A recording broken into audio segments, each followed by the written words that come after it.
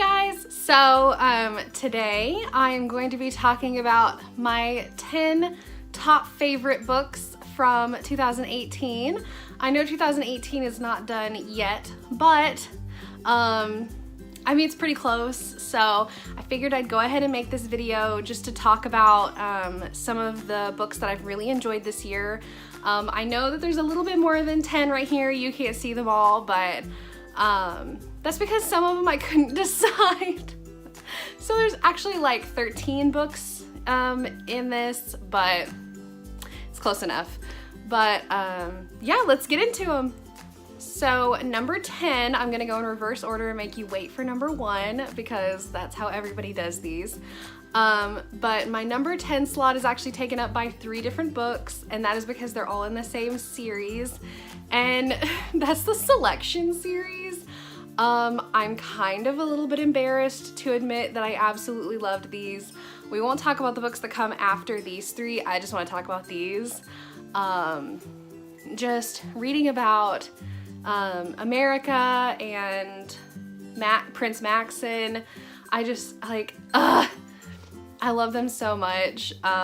Just this series was a blast. I really enjoyed it. I think I gave all of them 5 stars just because they were so quick and so easy, and I blame my hairdresser for reading all 3 of these because she was like, girl, like, you need to get on that. So Anna, if you're watching, I read them, I loved them. I know we have talked about them at length while you were cutting my hair, so yeah, but these definitely took the number 10 spot. I loved them. The number 9 spot is actually taken by the very first Ruth Ware book that I read, and that is In a Dark, Dark Wood. I really loved this book. This was kind of my introduction a little bit into thrillers, because before this year, I really wasn't reading a whole bunch of them, but this book kind of gave me the bug to go and find as many as I could and read them all this year. Just the setting and the atmosphere and the characters in this book were just fantastic and gritty, and I couldn't put it down. I mean, it's not that big, but it was such a good book, and I'm so glad I picked it up this year because I can guarantee like half the books that are right here would not have made it if it wasn't for this book. So the number 8 spot is The Girl in 6E by A.R. Torr, and I kind of want to give an honorable mention to Do Not Disturb because I feel like it should be in this video too, but this one kind of eked out a little bit over Do Not Disturb, even though I like the storyline better. This was just fantastic. I know I only gave this one 4 stars, but I think I might bump it up to a 5 because I absolutely love this series. Just Deanna Madden as a character is hilarious and confident and sexy, and I love her. She is like, she knows what she wants, she's gonna get it, but she also knows her faults, which is really nice because a lot of overly confident females and characters I've seen don't think they have any flaws, but like she definitely has a big character flaw, but this just makes her all the more lovable and hilarious. And I don't know, I really enjoyed this series. This is definitely different than anything I had read before this year, so really glad that I heard Pages and Pens, Julie, talking about this series, because if not for her, I probably would not have gone and seeked it out, but I'm so glad I did. Okay, so number 8, it might be a little shocking that this book is all the way down at 8, but there's just so many other good ones that I had to put in front of it, and that's Final Girls by Riley Sager. I know you all are probably like, why is this not in the top 5? Like, hello, don't worry, like, there's reasons, but this book is fantastic. Like, I am so glad that I read both of Riley Sager's books this year because he has very rapidly become one of my favorite authors of all time. I already am like anxious to get my hands on the book that he's coming out with in 2019. This book was fantastic. It flew by. Again, the characters are just like unapologetic and wild and just like unlike anything I had ever read before. So thankful I got my hands on this book after his other book. Thank you to NetGalley for approving the other book, because I never would have picked this up if you hadn't approved that. So thank you so much. And I'm pretty sure that Dutton Publishing was the one that approved that. So thank you to Dutton. I owe like so many thank yous to everybody at Dutton that approved me for the other book, because now I'm obsessed. Okay, and then number 6, I don't actually have a physical copy of this book yet because I'm waiting for it to be in paperback, but it is All the Beautiful Lies by Peter Swanson. I read this back in October, I believe, and I did not realize that I had read all the other Peter Swanson books this year. 2018 has simultaneously been the longest / shortest year of my life. I don't remember like anything apparently, yet I remember all the things. This book was fantastic. Again, classic Peter Swanson. I love the characters. The characters are just gritty and awful and like not likable at all, but for some reason he makes it work. Other characters that I've seen that are like that, I hate.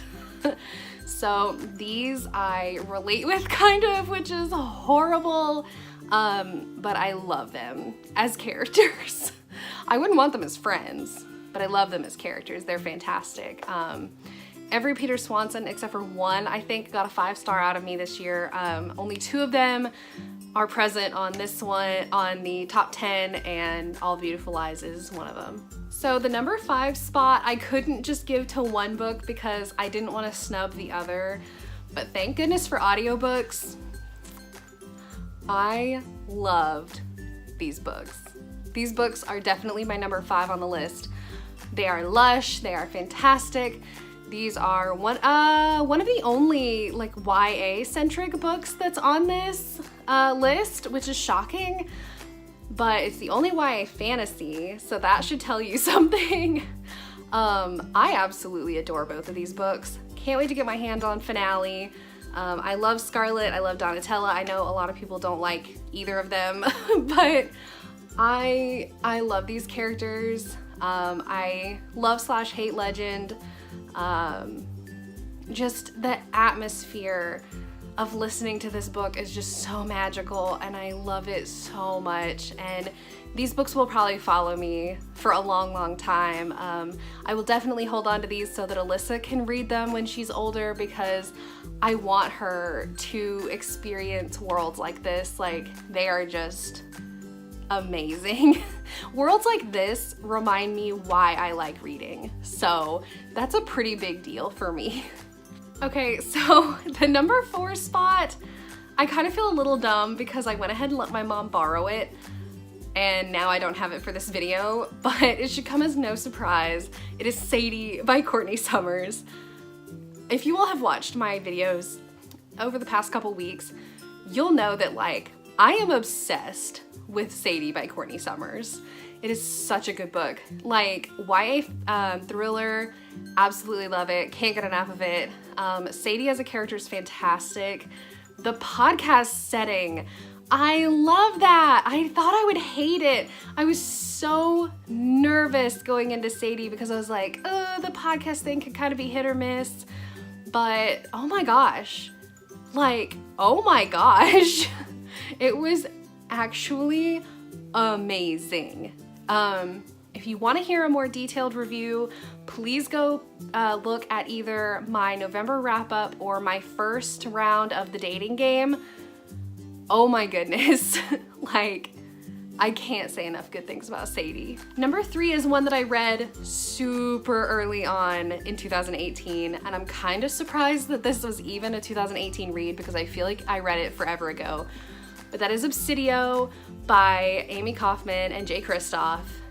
Oh my gosh. Like, I'm so sad that this world is over, but this was such a good ending. And like, just the format that all of these books are in is phenomenal. Like, I thought that would drive me crazy. Totally didn't. Loved it cover to cover. There were characters that we had encountered in the first 2 books, and I absolutely loved that. I loved getting to see like the people that I was used to seeing, and I was like, oh my gosh, I remember these people, or oh my gosh, I remember that happening, or whatever. And I don't know, it was a great wrap up to a series, and I'm so happy that I did the pre-order. I just devoured this book. Sadly, that was before I started doing vlogs, so you all didn't get to experience me enjoying it, but let me tell you, there were plenty of animated moments. Okay, so I know some of you are starting to get a little twitchy, but not to worry. My number 2 book is the other Riley Sager book, and that is The Last Time I Lied. This was the book that I actually got an ARC of from Dutton Publishing. Thank you again so much. I owe you all my soul, like, I swear. It's the worst, but I love it. This book really kind of sparked a intense love for like psychological thrillers. I had never really picked up one before this book. I mean, I had kind of dabbled in it a little bit with like the In a Dark, Dark Wood, and I think I had read Kind Worth Killing by this point, but this was like intense, like so intense. And my mom is actually planning on borrowing this from me at some point, even though it takes her 1.5 million years to read one book. I will force her to read this eventually. It deserves every high praise in the world. I loved this book. Just the camp setting was really unique. Like, I never personally went to camp when I was a kid, but I got to live through this person. It was not the greatest camp experience to live through with this person, but it was totally worth it. And I felt like I had been to camp. Like, that was the weird thing. Like, she was describing things and I was like, oh yeah, that totally happens at camp. I've never been to camp, what do I know? But that was the reason I love this book so much, was because they would say things and then you're like, yeah, this is fact. Like, true story, I've been there, but you haven't. Like, it just made every character so relatable and raw and interesting, and like, you wanted to root for everybody but no one at the same time. I could spend 20 minutes talking about how much I like this book, but it totally deserves my number 2 spot. And then the number 1 spot, I don't remember when I read this book, but I know it was in 2018. I don't know if I vlogged any of it. If I did, super. If I didn't, I probably should have. It was The Kind Worth Killing by Peter Swanson. This book. Can I talk about this book? First of all, the cover is just gorgeous. Like, that yellow with the black with the silhouettes, it's just intense and I love it.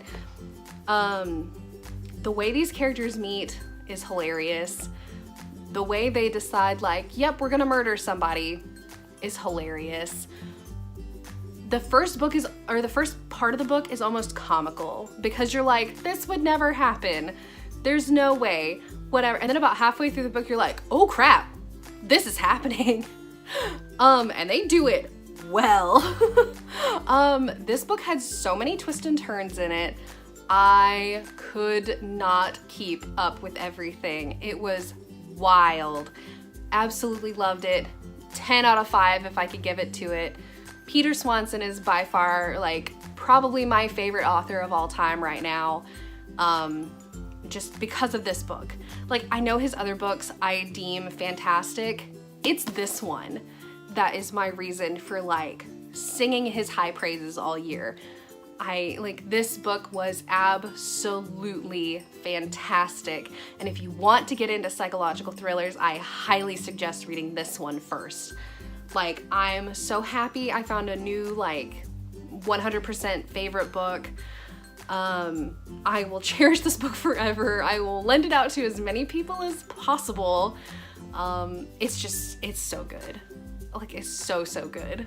Yeah, those are my top 10 books from 2018. I would love to know what your top 10 are, or top 5 or top 20, or however many you want to tell me. You can tell me down in the comments below, or we can chat on either Instagram or Twitter. I am at Bohannon Babbles on both.